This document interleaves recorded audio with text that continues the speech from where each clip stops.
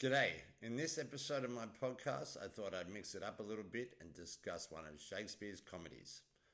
I'll probably only do this for every 3 or 4 episodes, as he does not have many comedies.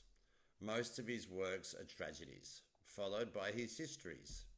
This is because drama, intrigue, and action are much easier to write about than comedy, followed by factual historical pieces. Comedy is hard because there is a structure to comedy that you must abide by in order to make it work.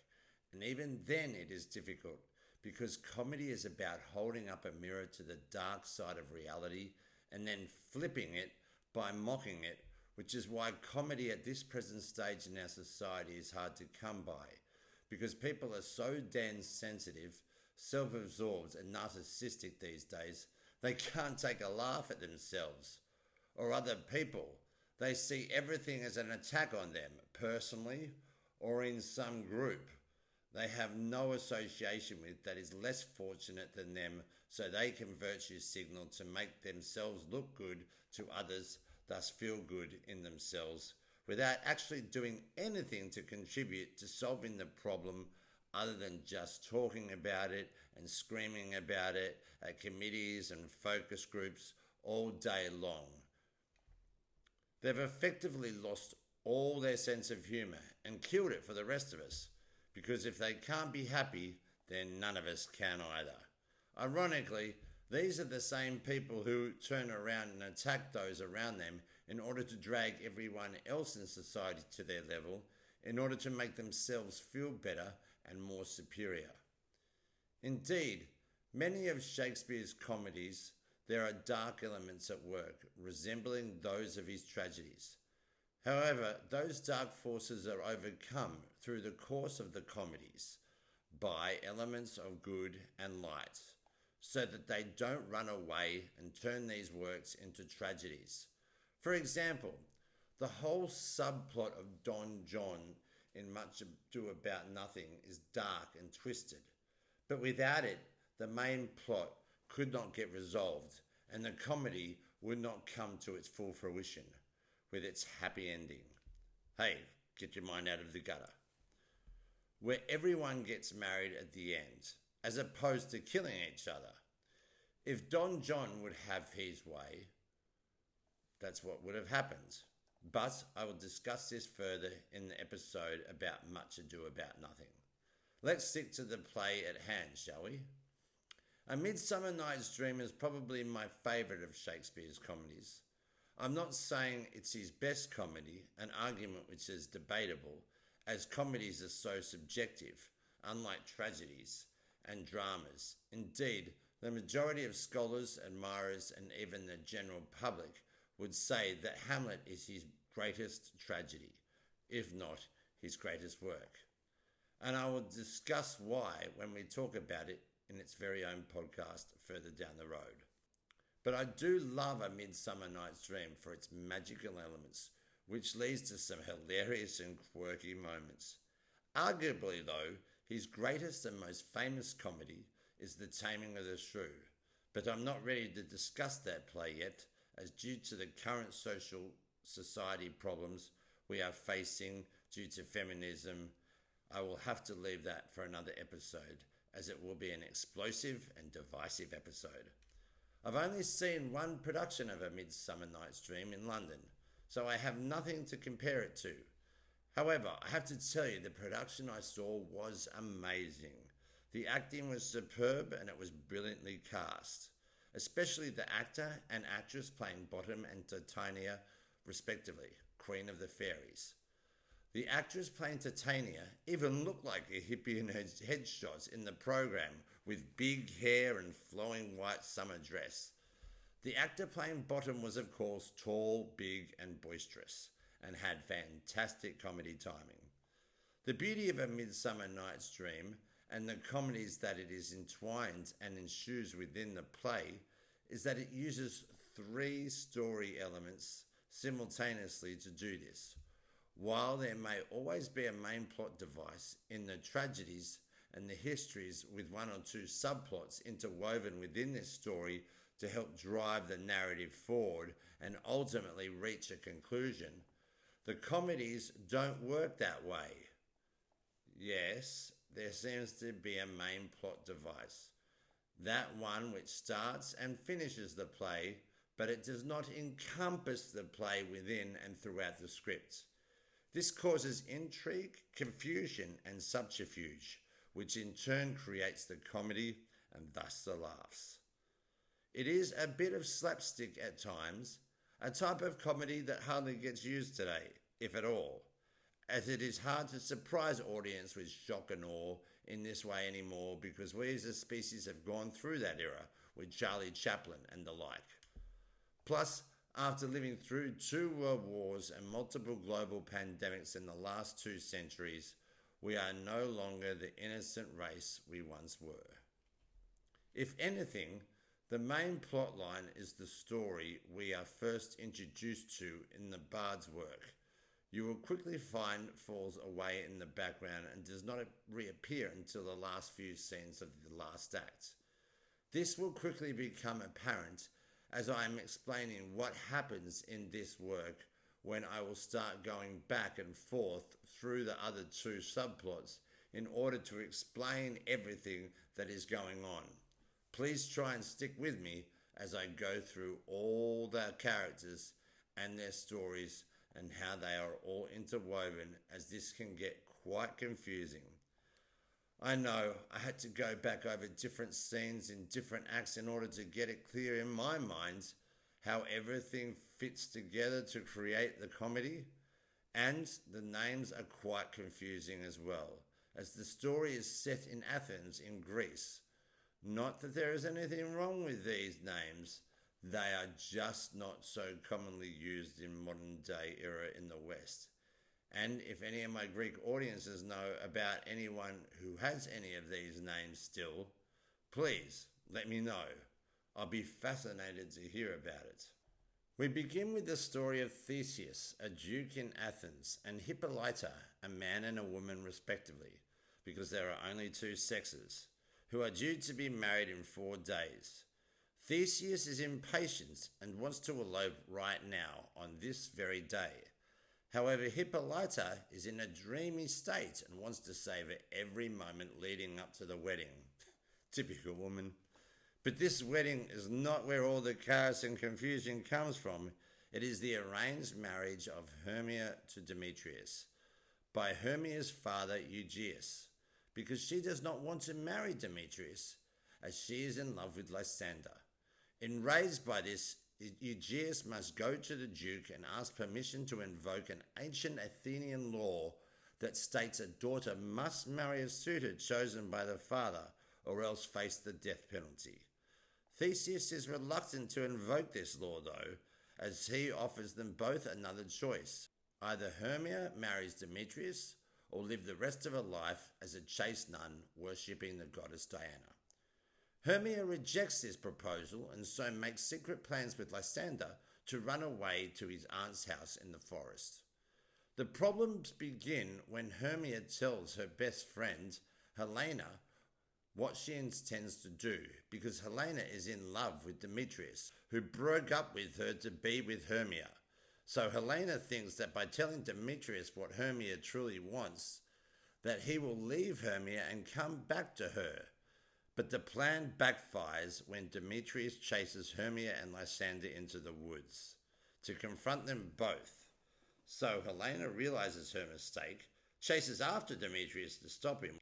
With me so far? Good, because it's about to get a whole lot more complicated. We are then introduced to the second plot device, which at this stage is not of significant importance to the comedy of the play, but we must meet these characters nonetheless. These are the players. Their troupe will be performing the play for the wedding between Theseus and Hippolyta.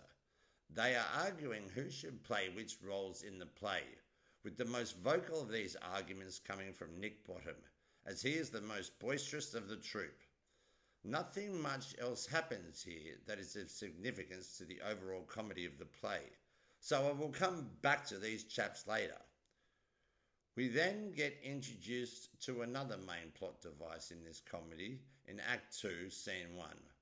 Oberon, the king of the fairies, and his queen, Titania, have come to the woods outside of Athens to celebrate and bless the marriage of Theseus and Hippolyta.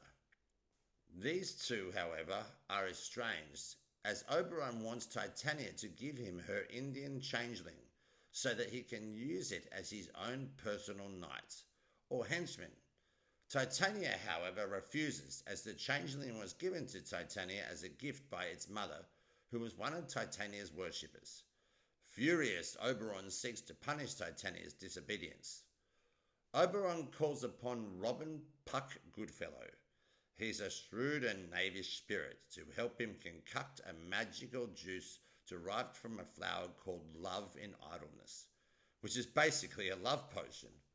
When this potion is rubbed on the eyelids of a sleeping person, they are bound to fall in love with the first thing they see. His plan is to make Titania fall in love with an animal of the forest, and thus shame her into giving up the little Indian boy. Meanwhile, Helena, who is pursuing Demetrius, still catches up with him and tries to persuade him to give up his chase for Hermia, promising to love him more than she does. He, however, rebuffs her with cruel insults. Seeing this, Oberon orders Puck to spread some of the magical potion on Demetrius's eyelids as well. In the next scene, we see the comedy start to ensue, as Puck mistakes Lysander for Demetrius, as he hasn't seen either men before. Unfortunately, Helena comes across him sleeping in the woods and shakes him awake to see if he's just sleeping or whether he is dead by Demetrius's hand. Upon seeing her, Lysander instantly falls in love, but Helena thinks that he is playing a cruel joke on her, and she runs away with him in hot pursuit. When Hermia wakes up a few moments later, she sees that Lysander is gone and also goes out into the woods looking for him. In Act 3, Scene 1, we are reunited with the strange mechanicals, who have retreated into the woods to rehearse for the play. When Bottom wanders off and accidentally stumbles into an area near Titania's bower, Puck mistakenly confuses his name to mean metaphorically the interpretation of a jackass, and transforms his head into that of a donkey's. When he returns to his troop, they run away in fear, thinking that the woods are haunted. Bottom is confused by this and begins to sing to himself in order to pass the time and cheer himself up. Titania, who has had the potion rubbed on her eyelids while sleeping, hears him and wakes up. Upon seeing Bottom with the donkey's head, she instantly falls in love. She lavishes him with the attention of her and her fairies, and while she is distracted, Oberon takes the changeling boy.